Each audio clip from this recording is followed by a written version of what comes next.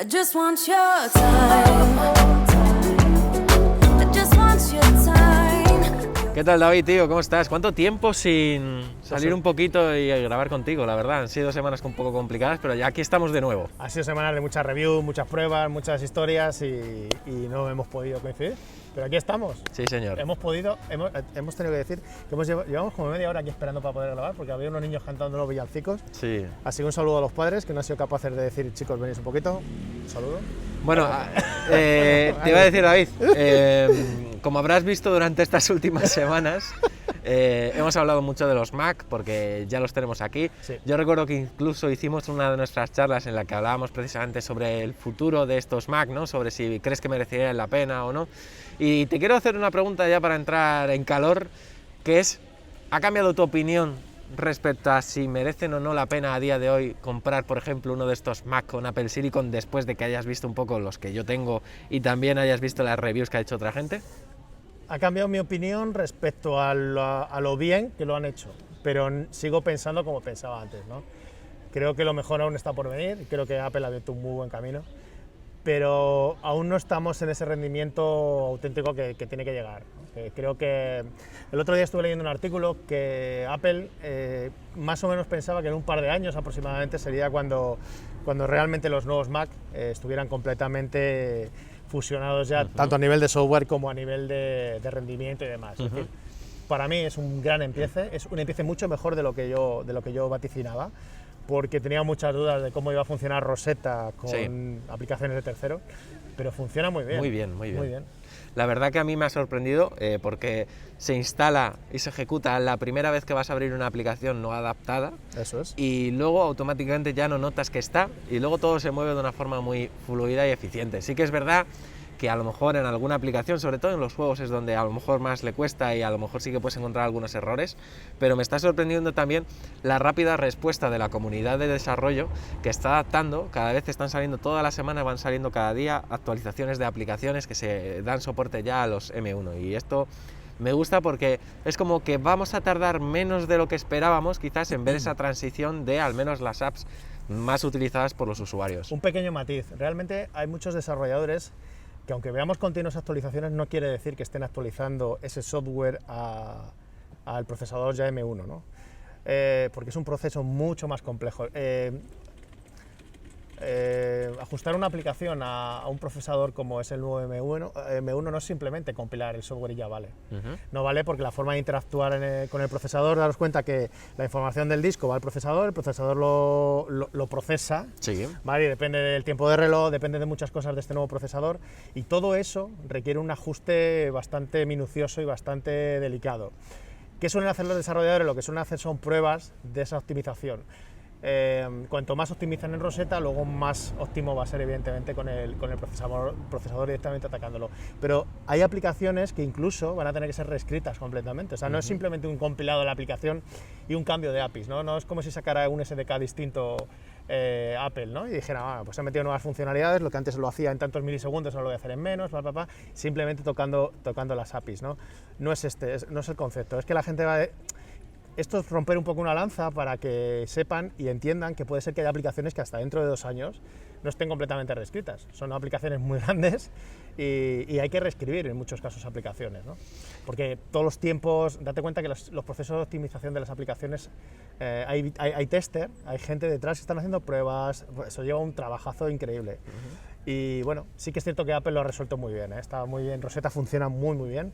Y es uno de los, como te decía antes, es uno de las mayores dudas que yo tenía. Sí, y ahora te voy a preguntar también algo que me interesa, ¿no? A mí, por ejemplo, una de las cosas que más me ha maravillado, y lo he dicho ya en los vídeos, es la batería, que ha dado un salto de gigante respecto a los ordenadores MacBook con Intel. Sí. ¿Qué es lo que a ti más te ha sorprendido de esta nueva generación de Macs con M1? De todo en concreto, Sí. de todo en general, me ha sorprendido, el otro día lo hablábamos en el podcast Vips, se está dando mucho valor al hardware, ¿no? Y al nuevo procesador.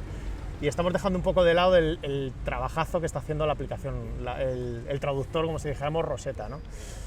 La batería, pues la batería era algo cantado que evidentemente iba a tener una mejora impresionante. El rendimiento es una de las cosas que estamos viendo que tiene una mejora muy sustancial. Sí. pero ojo que no estamos ni a un tanto por ciento de lo que vamos a ver. Es decir, efectivamente. creo que esto va a ser exponencialmente. Tú fíjate, yo creo que vamos a estar ahora 2 años, y ahora te contesto a tu pregunta, ¿vale? Pero es que quiero dejarlo claro. Vamos a estar un par de años, Fernando, precisamente, yo creo que vamos a estar un par de años, año y medio, un par de años, en lo que no vamos a ver aún todo fino, ¿no? Luego, después de esos años veremos, o sea, vamos a ver un crecimiento exponencial en estos 2 años, pero luego, hay que decirlo para que la gente no se lleve las manos a la cabeza, luego vamos a estar un tiempo sin una mejora considerable. Porque Sí, donde no vamos a ver saltos tan grandes. eso es, lo digo para que la gente se tranquilice, porque estos se creen que este tiene un nivel de crecimiento, va a ser continuo en el tiempo. Claro. Durante 2 años vamos a estar viendo mejoras brutales, pero luego vamos a ver otra vez una estabilización. Lo pasan los iPhone, Claro, pasan los iPad, y eso es normal. Y el punto de mejora, es decir, el engranaje perfecto que le faltaba a Apple, que lo ha hecho ya cambiando estos procesadores, pues es brutal. Me has preguntado... lo que más te ha gustado. Lo que más impresiona, evidentemente estoy de acuerdo, la batería es impresionante. Pero yo el otro día me metí en una página de developer, de desarrolladores para productos de Apple y tal, y ponían los tiempos de procesado de las instrucciones, ¿no? Del procesador, y es flipante. O sea, me llama la atención como tiempos, incluso que hay veces que son hasta 20 veces más bajos que con los procesadores de Intel, y todo eso es por la capa intermedia que quitan. Claro. Date cuenta que Intel no es un procesador de Apple, ¿no? Entonces, si siempre hemos dicho que el software y el hardware van... buena pregunta, dice Siri. El software y el hardware van íntimamente unidos, pues ahora ya han quitado la pieza que les faltaba, ¿no? Para mí es los tiempos de proceso del procesador, es lo que más me ha impresionado.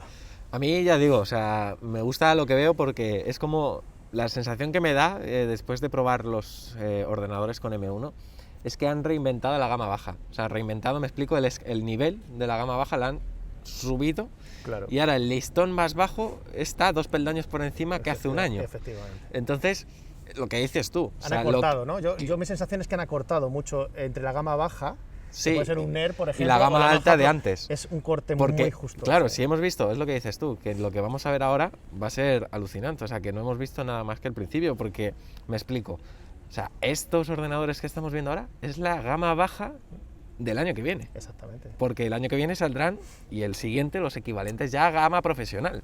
Pero date cuenta, Fer, además, uno de los inconvenientes, que supongo que luego hablaré, si me ibas a preguntar, si no yo ya me adelanto, yo veo un pequeño inconveniente, ¿no? Lo hablábamos también el otro día en el podcast Biz, ¿no? La gente que quiere ahora cambiar equipos, hace bien, puede cambiarlos y demás, pero yo me esperaría un poquito más porque con este procesador probablemente se van a abrir tipos de conexiones distintas.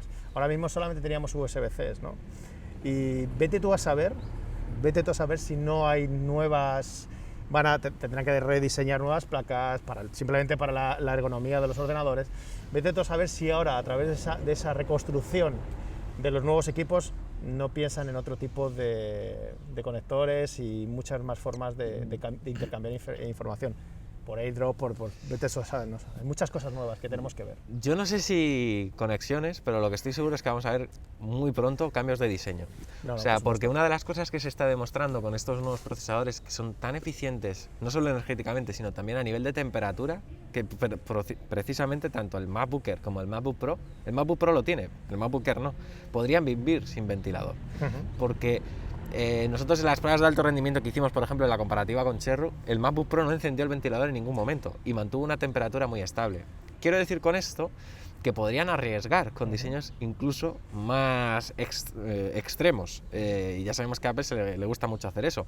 E incluso, por ejemplo, salió un rumor a principios de este año de un iMac rediseñado que iba a ser mucho más fino, la pantalla mucho más ajustada, y después de ver lo eficientes que son a nivel térmico estos ordenadores, y luego, por supuesto, todo lo que pueden aportar a nivel de rendimiento, no me extrañaría que Apple diga nuevo iMac, pero nuevo todo, tanto por dentro como por fuera. Cada vez más parece una televisión. Hablabas del procesador. A mí antes te dije que también me había llamado mucho la atención de la velocidad de proceso, ¿no? de todos los ciclos, todas las tareas y demás. Y también me llamó mucho la atención en la curva de voltaje de consumo del procesador, que es increíble. Es increíble. Es increíble. Entonces, todas las bajadas que van a venir a continuación todavía tienen mucha mejora, porque lo que es la arquitectura del procesador, alguien que entiende un poco de electrónica, si lo ves por dentro, te das cuenta que aún han dejado hueco para poder centrar todo más chips y todo para que todo quede más condensado, se caliente menos, todavía tenga menos consumo energético. Entonces vienen muy buenos cambios. Es un punto. Sí, no. Estamos viviendo una época histórica, aparte por la mierda esta Pues sí, es del coronavirus y tal, pero a nivel de Apple creo que estamos viviendo una época. Y voy a hacerte una pregunta Impresionantes. que a mí me da mucha curiosidad por conocer la respuesta, que solo la sabremos el año que viene o el siguiente, cuando Apple lance un producto de estas características, y es qué va a pasar con los ordenadores de gama profesional que normalmente montan gráficas dedicadas, acompañando a la gráfica integrada de cada procesador, porque una de las cosas que hemos visto este año con estos chip M1 es que tienen una tarjeta gráfica integrada en el procesador, o bueno, una gráfica así, Sí. que apenas consume energía. Ya sabemos que uno de los... Integrada en la placa. Claro, uno de los grandes males que tienen las gráficas dedicadas es que tienen un consumo muy alto. Hemos visto las tarjetas gráficas de ordenador requieren de una fuente de alimentación potente, etcétera, ¿no? Entonces, claro, son bebederos de batería. Por ejemplo, salió una comparativa de que efectivamente la gráfica del M1, o sea, el poder gráfico del M1 equivale a una gráfica de gama media de hace un par de años de Nvidia, pero que tenía un consumo de 70 vatios. Es decir, estamos viendo cómo consigue Apple emular de una forma bastante decente una gráfica, el resultado gráfico de una gráfica dedicada.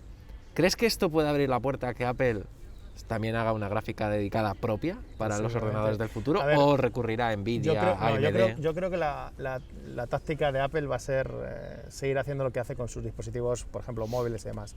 Todo el hardware que va dentro de ello es mío y yo optimizo todo.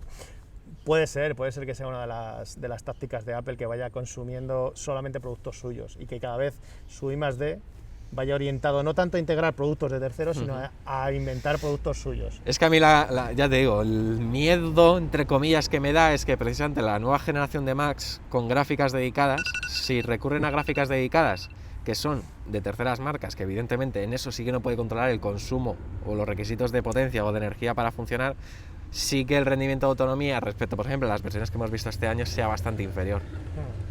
Puede ser que sea uno de los próximos cambios gordos. Claro. De todas formas, yo creo que hoy por hoy Rosetta está muy infravalorada.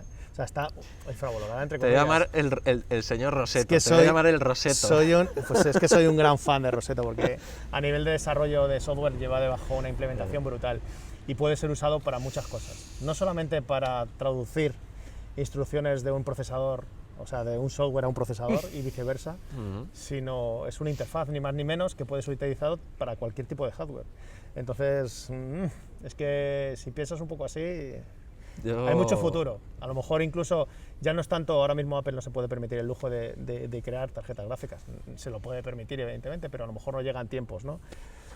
A lo mejor usan algo parecido, no lo sé. ¿Sabes que mientras estás hablando, te estoy imaginando... Estás viendo si has apagado el gas. No, te estoy, espera que te esté apagado el gas. te estoy imaginando con un turbante en la cabeza blanco, El Roseto. sin camiseta y con una falda de esas blancas que parecen como toallas y muy con bien. una piedra roseta. Sí. Lo dices por los egipcios, ¿no? Claro. Estás fatal, Fernando. Eres el Roseto. El Roseto. Soy el Roseto. Bueno, fuera de coña, para mí es lo mejor. Pues nada, vamos a ir despidiendo el vídeo. Me ha gustado esta charla, me gustaría hacer más charlas de este tipo en las que, bueno, podamos comentar un poquito todas estas cosas, porque, a ver, al fin y al cabo, yo he estado expresando un poco mi opinión durante estos vídeos, durante estas 2 semanas sobre los Mac, pero apenas había hablado de esto con David y me gustaba pues la idea de poder compartir esta charla con él y conocer también un poco sus impresiones. Ahora te voy a hacer yo una pregunta. ¿Tú qué le dirías a la gente que se tiene que comprar un Mac porque ahora mismo está jodido? ¿Qué harías? Pues... Es decir, que tienes un Mac que, bueno, no te va del todo bien, joder, estás deseando cambiarlo. ¿Qué harías ahora mismo?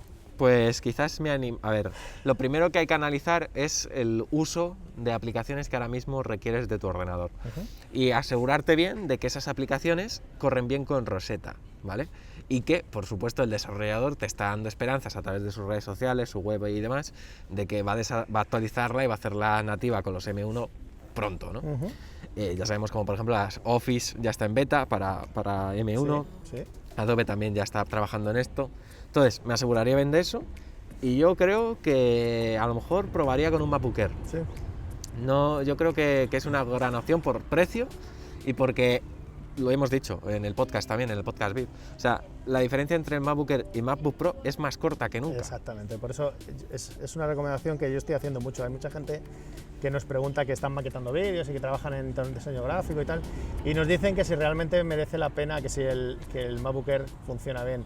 Y yo a toda esta gente yo a toda esta gente le diría que sí, que funciona muy bien, que lo pruebe. Yo estuve viendo cómo Carlos estuvo editando y renderizando vídeos y más, y es una maravilla, va mejor que el MacBook Pro.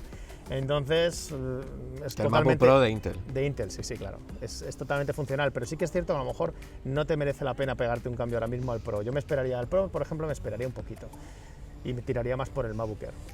Pues nada, ahí quedan nuestras opiniones. Esperamos que este vídeo os haya gustado. Si es así, ya sabéis, nos podéis dejar un me gusta. Por supuesto, esperamos vuestros comentarios para ver vuestras opiniones. Y nosotros nos vemos en próximos vídeos aquí en La Manzana Mordida, porque ya sabéis que yo soy Fernando. Yo soy David. Y prometemos hacerlo.